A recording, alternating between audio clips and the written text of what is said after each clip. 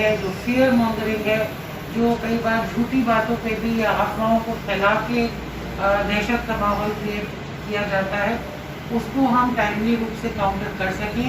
और इसके लिए डीसी, एसपी दोनों के जो सारे अधिकारी हैं उनका फुल कोऑपरेशन आपको मिलेगा। एंड आई वुड सजेस्ट कि डिस्ट्रिक्ट एडमिनिस्ट्रेशन भी अगर कोई भी जैसे गलत खबर आपके नोटिस में आती है तो उस पर DPR के माध्यम से एक व्हाट्सएप या SMS सारी संस्थाओं को भेजें, clarifying the real situation, so that ये बात समाज में लोगों तक पहुंच सके।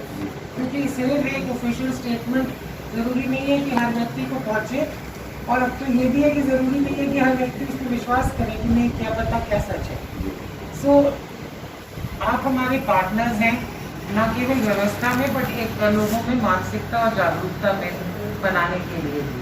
तो ये बहुत इम्पोर्टेंट पहलू है। जैसे कि डीसी साहब ने और आप लोग ने भी बताया कि पिछली बार झज्जर में जो लेबर है या जो गरीब तबके के लोग हैं उनको किसी को खाने की परेशानी आपने नहीं आने दी।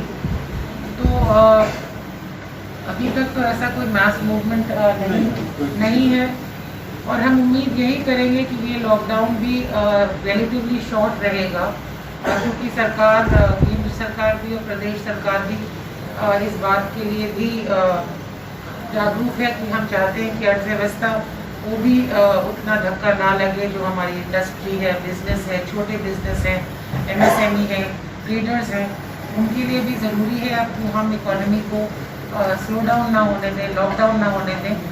तो बट एज आई सेड, आप अपनी इंटरनल प्लानिंग कर लीजिए कि अगर ऐसी कोई व्यवस्था करनी भी पड़े फूड और एसेंशियल आइटम्स की, क्योंकि सिर्फ खाना नहीं है, वो हाइजीन किट्स की भी ज़रूरत होती है लोगों को। तो अगर ऐसी कोई ज़रूरत पड़ेगी, so that in relatively short notice आप भी रिस्पॉन्ड। झज्जर में अभी जो हमारे ज़्यादातर मरीज़ हैं कोविड पॉजिटिव, वो होम आइसोलेशन में ही हैं।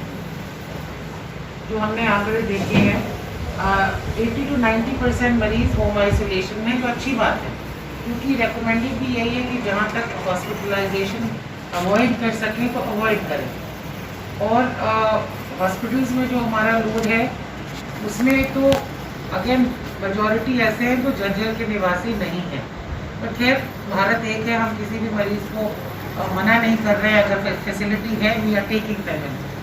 तो जो होम आइसोलेशन में हैं, हम अपनी तरफ से भी उनके साथ उनकी टेली कंसल्टेशन कर रहे हैं। टेली मेडिसिन डॉक्टर्स की जो हमारी टीम्स हैं, उनको हर रोज़ या दिन में 2 बार फ़ोन कर रही हैं। तो मैं आप लोग को भी ये रिक्वेस्ट करूँगी, we can share the numbers, because covid में ये देखने को आया, आप लोग को भी पता ही होगा, क्योंकि अब तो शायद कोई ऐसा परिवार नहीं है जिसके आसपास किसी को कोविड ना हुआ हो। तो एक मेंटल स्ट्रेंथ की बड़ी ज़रूरत है। ये लड़ाई सिर्फ दवाइयों से नहीं लड़नी है, हमें अपने मन को भी बहुत सशक्त रखना है, शांत रखना है। जो भी प्रोटोकॉल डॉक्टर बताया उनको फॉलो करना है।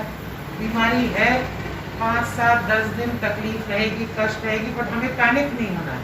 तो वो पैनिक मरीज़ जो घर में अकेला आइसोलेटेड है, उसके दिमाग में वो आइसोलेशन से वो पैनिक की स्थिति बहुत जल्दी आ जाती है। कई मरीज़ तो आई नो, क्योंकि हमारे परिवार में भी सब डॉक्टर्स हैं, कि वो मरीज़ इतना पैनिक कर जाता है कि वो सोचने लगता है मुझे सांस नहीं आ रही, मुझे सांस नहीं आ रही, मुझे सांस नहीं आ रही। जब तो उसका SpO2 ठीक होगा, तो लंग फंक्शन ठीक होगा। तो आई वुड रिक्वेस्ट कि आप अपने टीम्स, अपने लोगों द्वारा उन होम आइसोलेशन पेशेंट्स को कॉन्टैक्ट करें, क्योंकि जो मैं कह रही हूँ कि डिजीज़ का जो ह्यूमन एस्पेक्ट है, वो मैं चाहती हूँ कि आप लोग उसको सबसे आगे रखें। जो बाकी इंफ्रास्ट्रक्चर है, अरेंजमेंट्स हैं, ट्रांसपोर्ट है, मेडिसिन हैं, हॉस्पिटल्स हैं, ड्यूटीज़ हैं, we are doing all that. But आप एक माध्यम बन सकते हो कि वो जो एक ह्यूमन टच है, एक ह्यूमन एलिमेंट है जो मरीजों का होम आइसोलेशन में खासतौर से, उनको आप संपर्क करिए। हम आगे इसके बाद IMA से भी बात करेंगे, बट आपके भी वॉलंटियर्स या मेंबर्स में अगर कोई मेंटल हेल्थ प्रोफेशनल्स हैं, कोई साइकोलॉजिस्ट है या किसी ने साइकियाट्री, साइकोलॉजी या मेंटल हेल्थ पे या सोशल वर्क पे डिग्रीज की हैं, तो वो उन लोगों से ज़रूर बात करें, दिन में एक बारी बात करें किसी भी चीज़ के बारे में, कि उन्हें अगर कोई एंग्जाइटी लग रही है, कोई परेशानी लग रही है, this will help in a very, ये चीज़ें लगती हैं कि ये दिखने वाली नहीं है, बट इसका बहुत बड़ा असर होता है जब कोई कोविड जैसी बीमारी से अकेले लड़ रहा होता है, क्योंकि इस बीमारी से लड़ना भी हर मरीज को अकेले पड़ता है।